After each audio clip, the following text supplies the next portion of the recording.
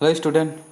तो जैसे कि आप लोगों को बहुत दिनों से डिमांड था कि फिजिक्स का लेक्चर लेकर के आऊँ, तो आ गया हूँ मैं आप लोगों के लिए फिजिक्स का लेक्चर लेकर के, जो कि क्लास 12th का है। क्लास 12th के आज मैं पहला चैप्टर स्टार्ट करूँगा, जिसका नाम है विद्युत आवेश एवं क्षेत्र। ठीक है, तो आज हम लोग जानेंगे कि विद्युत क्या होता है, आवेश क्या होता है। ठीक है, और कुछ एक अदर चीज़ें देखेंगे, जैसे कि कंडक्टर क्या होता है, चालक क्या होता है, कुचालक क्या होता है, अर्धचालक क्या होता है। इन सभी को भी हम लोग देखेंगे। तो आप लोगों को वीडियो आगे आगे बढ़ाने से पहले एक दो चीज़ें समझाना चाहता हूँ कि जो किताब है ना, उसमें किताब में आप लोगों को जो विद्युत है, लगता है आप लोगों को डीप से परिभाषित किया है, लेकिन डीप से परिभाषित नहीं किया गया है। आप लोगों को पढ़ने की एक वो होनी चाहिए, क्या कहते हैं, ऐसी एक टेक्निक होनी चाहिए जिसमें हम वर्टिकली या ऊर्ध्वाधर किसी टॉपिक से, जैसे कि कोई टॉपिक है, मान लो ये कोई टॉपिक है, तो इस टॉपिक को इतना डीप पढ़ना चाहिए, ऊपर से नीचे, फिर उसके बाद क्षैतिज रूप से आगे चलनी चाहिए। ऐसे ऐसे ऐसे में क्या है, पूरा कवर हो जाता है। ठीक है, तो आज हम लोग विद्युत को, जैसे कि ये कोई विद्युत है, तो इसको ऊपर से लेकर के नीचे तक पूरे एकदम डिफाइन करेंगे कि एक्चुअल में ये विद्युत है क्या। उसके बाद इसके सारे प्रॉपर्टीज़ को पढ़ेंगे। होता क्या, बुक में या कहीं और जाइए तो आपको इसकी प्रॉपर्टी पढ़ाना चालू कर देते हैं डायरेक्ट। पुस्तक में एक परिभाषा दिया है कि विद्युत ऊर्जा, देखो विद्युत ऊर्जा अलग बात है और विद्युत अपने आप में एक अलग चीज़ है। जैसे कि मैं कहूँगा गतिज ऊर्जा, तो गतिज ऊर्जा जानने से पहले आपको गति क्या है ये जाननी चाहिए ना। ठीक वैसे ही विद्युत ऊर्जा जानने से पहले आपको विद्युत क्या है एक्चुअल में ये जानना है। तो आप लोगों के लिए, आपके दिमाग में जो भी कन्फ्यूज़न है, इस वीडियो के बाद क्लियर हो जाएगा। क्योंकि अपने का पढ़ाने का टेक्निक ही कुछ ऐसा है कि जब तक वो आपके नस में ना बस जाए तब तक हम छोड़ेंगे। ठीक है, तो हम चलिए ज़्यादा देर ना करते हुए चलते हैं अपने स्लाइड में। देखिए, मैं हिंदी और इंग्लिश दोनों शब्दों में लिखा हूँ, है ना, दोनों लैंग्वेज में लिखा हूँ। आप लोगों को इंग्लिश में भी समझने में आसानी होगी और हिंदी में भी। ठीक है, इलेक्ट्रिसिटी क्या है देखते हैं। यही अपना विद्युत, इलेक्ट्रिसिटी। ठीक है,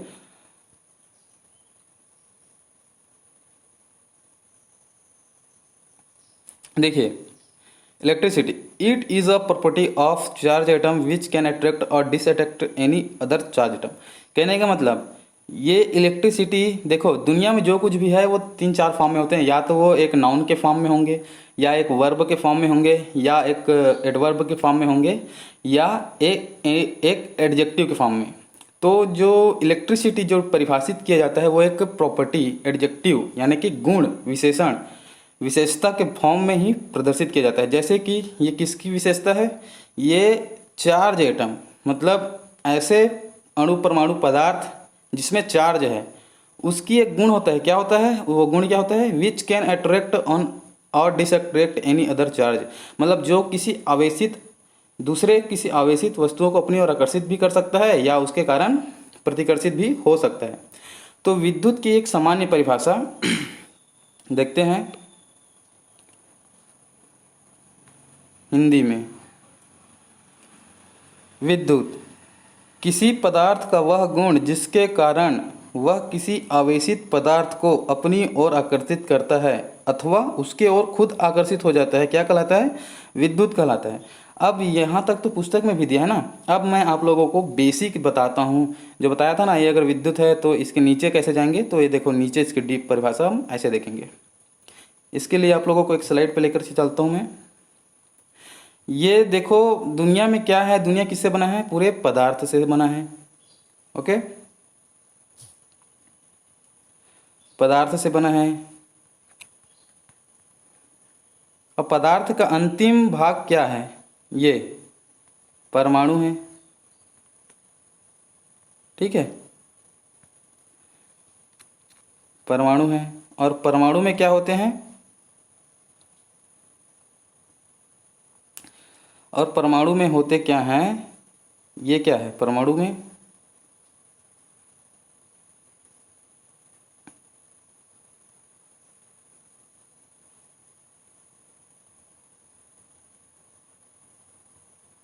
सॉरी, ये जो परमाणु हैं, परमाणु में एक चीज़ देखो आप लोग, यहाँ प्लस आवेश है कि जिसे हम क्या कहते हैं, नाभिक कहते हैं, नाभिक कहते हैं, और ये इलेक्ट्रॉन है जिसमें ऋण आवेश है। ठीक वैसी मानो कि ये एक ए अणु है, एक ए परमाणु है और ये बी परमाणु है। बी परमाणु में भी क्या है, एक यहाँ पर देखो प्लस आवेशित है, ये भी क्या है, नाभिक है, यहाँ पर देखो ऋण आवेशित है, ये क्या है, इलेक्ट्रॉन है। अब देखो दुनिया में हर परमाणु, जितने भी परमाणु हैं, जितने भी इस दुनिया में दिखते हैं नहीं दिखते हैं, सब में परमाणु तो हैं। परमाणुओं में क्या है, एक देखो प्लस चार्ज है और एक देखो क्या है, माइनस चार्ज है। तो इसका ये प्लस चार्ज इसके माइनस चार्ज के कारण अट्रैक्ट होता है, और इसका ये प्लस चार्ज इसके माइनस चार्ज इलेक्ट्रॉन के कारण क्या होता है, अट्रैक्ट होता है। और इस अट्रैक्शन को ही हम क्या कहते हैं, विद्युत। क्लियर है? तो बेटा ये विद्युत कोई वस्तु नहीं है, या कोई क्रिया नहीं है, या कोई सामान नहीं है, कुछ भी नहीं बोल सकते। ये विद्युत एक प्रकार का गुण है। किसका गुण है? पदार्थों की, किसी दूसरे आवेशित पदार्थों को आकर्षण या डिस्ट्रैक्शन करने के लिए। ठीक है, तो आई होप तुम लोग विद्युत की परिभाषा तो समझ गए होंगे। अब हम देखो, ये परिभाषा हमेशा याद रखना, इस परिभाषा से ही आप लोगों की आगे की जो क्लासेस होंगी, जैसे वोल्टेज, कैपेसिटर, ये सब समझ में आएगा। विभव नहीं तो पढ़ते पढ़ते पगला जाओगे, विभव समझ में ही नहीं आएगा। अब देखो, अब मैं ये विद्युत तो बता दिया, अब एक चीज़ आया यहाँ पास, आवेशित। तो आवेश क्या होता है ये देखते हैं। ठीक है,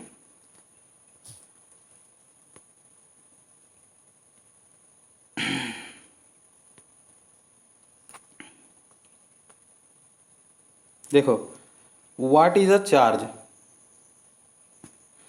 बेटा चार्ज क्या है ये देखते हैं। देखो, जैसे कि विद्युत क्या एक प्रॉपर्टी है, वैसे ही चार्ज क्या है, एक एटॉमिक फोर्स है। मतलब ये क्या है, एक प्रकार की बल है। Answer, charge is a atomic force which is generated by the protons and electrons. देखो, चार्ज होता यह है कि जैसे कि परमाणु में क्या होता है, एक प्लस नाभिक होता है और उसके चारों ओर कक्षा में इलेक्ट्रॉन होता है। तो ये जो प्लस जो है आवेश है और जो ऋण आवेश है ना, ये क्या होता है, इनके मध्य एक बल काम करता है, अंतर आणविक बल कहते हैं जिसे। इस अंतर आणविक बल को देखो, जिसके कारण ये उत्पन्न होता है, ये अंतर आणविक बल, इसको ही हम क्या कहते हैं, चार्ज कहते हैं। ठीक है, जैसे यहाँ पर ये क्या है, धन आवेशित चार्ज या प्लस चार्ज, इसको कहते हैं माइनस चार्ज। क्लियर है? इतना तो पता ही होगा ना, प्लस और माइनस आकर्षित करता है, प्लस प्लस एक दूसरे को क्या करते हैं, प्रतिकर्षित करते हैं। तो देखो हिंदी में देखते हैं। आवेश, आवेश एक प्रकार की बल होता है जो कि पदार्थों की परमाणुओं में लगता है। आवेश के प्रकार देखिए, आवेश धन आवेश होते हैं और ऋण आवेश, दो प्रकार के होते हैं, हमेशा याद रखना, याद होगा भी। अब देखते हैं धन आवेश क्या होता है। ये परिभाषा हमेशा याद रखना भैया, ये आपको हमेशा ज़िंदगी भर याद रखना है। देखो, धन आवेश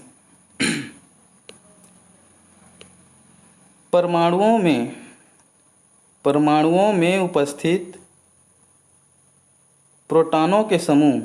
देखो, परमाणु में क्या होते हैं, प्रोटॉन होते हैं, न्यूट्रॉन होते हैं, इलेक्ट्रॉन होते हैं। न्यूट्रॉन तो चार्ज ही नहीं रखता, प्रोटॉन प्लस चार्ज रखता है इसलिए, और इलेक्ट्रॉन माइनस चार्ज रखता है। ठीक है, तो प्लस चार्ज जैसे कि बहुत सारे परमाणु हैं, देखो ये परमाणु परमाणु परमाणु परमाणु, यहाँ बहुत सारे परमाणु हैं। इन परमाणुओं के जो प्लस, जो न्यूक्लियस के जो प्रोटॉन हैं, वो एक ऐसे ग्रुप बनाते हैं जिसे हम क्या कहते हैं, धनावेश कहते हैं। ठीक है, और इस धनावेश को हम प्लस क्यू के फॉर्म में प्रदर्शित करते हैं, जिसका वैल्यू हो सकता है नंबर ऑफ प्रोटॉन। ठीक है, ये फॉर्मूला याद रखना, धन आवेश के लिए नंबर ऑफ प्रोटॉन। अब प्रोटॉन की मात्रा कितनी होती है, प्रोटॉन की क्या होती है, चार्ज कितने, 1.6 into 10 to the power minus, minus नहीं रहेगा, ये प्लस रहेगा क्योंकि धनावेश है ना। 1.6 into 10 to the power 19 coulomb. Coulomb क्या है? कूलाम एक मात्रक है। किसका मात्रक है? आवेश की। ठीक है। जैसे लंबाई को हम नापते हैं किसमें? मीटर में, किलोमीटर में, वैसे ही आवेश को हम कूलाम पे नापते हैं। 1 कूलाम, 2 कूलाम, ऐसे। ठीक है। अब देखिए आगे ऋण आवेश। अब ऋण आवेश जैसे कि धन आवेश प्रोटॉनों के समूह, वैसे ही ऋण आवेश क्या होगा? परमाणु में उपस्थित। अब देखो परमाणु में एक तो प्रोटॉन आवेशित चीज़ क्या है? ये तो प्रोटॉन है और एक तो इलेक्ट्रॉन है। तो प्रोटॉन किस में चला जाएगा? धन आवेश में। और ऋण आवेश किस में चला जाएगा? इलेक्ट्रॉनों के लिए। जैसे देखो बहुत सारे आप परमाणु एक ही, देखो पदार्थ एक ही परमाणु से नहीं बना रहता है, वो करोड़ों अरबों खरबों परमाणु मिलकर बना रहता है।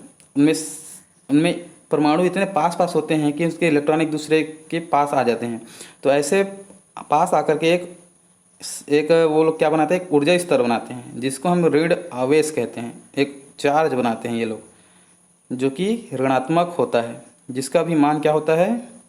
1.6 इंटू 10⁻⁻19 कूलाम। ठीक है। अब इसका फॉर्मूला क्या हो सकता है? देखो ऋण आवेश क्या होता है? माइनस क्यू, और ये क्या है? इलेक्ट्रॉनों के समूह, तो नंबर ऑफ इलेक्ट्रॉन। ठीक है बेटा, ये क्या होगा आपका फॉर्मूला? ये फॉर्मूला याद रखना ना, कॉन्सेप्ट समझ जाओ, आगे न्यूमेरिकल भी है। आगे चलते हैं। कंडक्टर। ये जो चीज़ें हैं ना, एक दो परिभाषा में बता दिए रहता हूँ जो कि आगे क्लास में काम आएगा, इसलिए बता रहा हूँ। जैसे कि वोल्टेज पढ़ेंगे, कैपेसिटर पढ़ेंगे, विभव या संधारित्र पढ़ेंगे, धारिता पढ़ेंगे, तब समझ में आए, तब इसका काम आएगा, इसलिए देखते हैं। देखो कंडक्टर मतलब होता है चालक। ठीक है, चालक पदार्थ। अब देखो चालक पदार्थ होता क्या है? A substance which can flow the electric current on inside easily. मतलब ऐसा पदार्थ जो अपने अंदर धारा को आसानी से प्रवाहित करने दे। अब देखो आसानी से मतलब उसकी इच्छा है आसानी से प्रवाहित करने के लिए, और कुछ चालक की इच्छा नहीं होती, ऐसी बात नहीं है। चालक में क्या होता है? मुक्त इलेक्ट्रॉन होते हैं। जैसे बताया हर पदार्थ में क्या होता है? परमाणु, परमाणु में क्या होता है? इलेक्ट्रॉन। तो इसमें चालक में ना अधिक मात्रा में ना क्या होता है? मुक्त इलेक्ट्रॉन। इसलिए मुक्त इलेक्ट्रॉन के होने के कारण यहाँ एक ऊर्जा स्तर अधिक मात्रा में बनता है, जिससे विद्युत धारा प्रवाहित होती है। ठीक वैसे ही अगर हम देखें इंसुलेटर, इंसुलेटर को हम कहते हैं कुचालक। कुचालक में क्या होता है? नहीं के बराबर मुक्त इलेक्ट्रॉन। मतलब एक करोड़ों अरबों परमाणुओं में एक फ्री इलेक्ट्रॉन होगा, और जिसमें से धारा बहुत कम मात्रा में बहता है, इसलिए हम क्या कहते हैं? इसको कुचालक कहते हैं। जिसमें अगर हम वोल्टेज दें, धारा दें, विद्युत दें, तो उसमें से धारा प्रवाहित नहीं होती। जैसे इसका एग्जांपल देखिए, कंडक्टर का, चालक का मेटल होते हैं, जैसे धातु होते हैं, जैसे कि सोना, सिल्वर, चांदी, कॉपर। कॉपर देखो अपने अपने गांव में जो बिजली का वायर लगा है वो कॉपर का ही है। ठीक है। चांदी की सबसे ज़्यादा अच्छा चालक होता है, लेकिन चांदी क्या महंगा होता है, इसलिए उसको नहीं लगाया जाता। अब इंसुलेटर मतलब ये कुचालक में देखो, कुचालक के लिए है ग्लास, जैसे शीशा, रबर, पीवीसी, पायरीविलाइन क्लोराइड, और जो लकड़ी होते हैं, सूखा लकड़ी, जिसमें से वायर वायर अगर कनेक्शन करना रहता है तो हम बांस की लकड़ी, सूखे लकड़ी का प्रयोग करते हैं, क्योंकि वो विद्युत के कुचालक होते हैं। उसमें से धारा प्रवाहित नहीं होती, जिसके कारण हमें खतरा नहीं रहता। ठीक है, ये ध्यान रखना। आगे अभी बस ओवरव्यू दे रहा हूँ, आगे पढ़ाऊँगा। सेमीकंडक्टर। ठीक है, ये बहुत ही इंपॉर्टेंट है बेटा। ये आया है तभी आज मैं आप लोगों को पढ़ा रहा हूँ, इसी के बदौलत। अर्धचालक। ठीक है, अर्धचालक ही के कारण ही मोबाइल बना है, इसके कारण ही टीवी बना है, इसके कारण ही जो रेडियो बना है, जितने भी इलेक्ट्रॉनिक सामान है उसकी जान है ये। अगर सेमीकंडक्टर नहीं होते तो आज हम इतने छोटा मोबाइल नहीं पकड़ पाते। या कंप्यूटर देखते हैं अभी स्क्रीन पे इतना बड़ा है नहीं, तो पहले एक पूरे कमरे का भर भर का क्या था? कंप्यूटर होता था, जब सेमीकंडक्टर नहीं था। तो इसकी अपनी एक अलग प्रॉपर्टी होती है, बहुत खास प्रॉपर्टी होती है। ये सामान्य अवस्था में क्या करते हैं? कुचालक होते हैं। ठीक है, और एक विशेष अवस्था में इसके ताप बढ़ा दो, इसमें अधिक वोल्टेज दे दो, तो क्या करते हैं? ये सुचालक हो जाते हैं।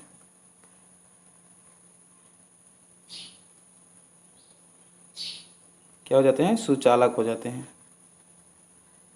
ये इसकी बहुत अच्छी विशेषता है। इसकी एग्जांपल देखो,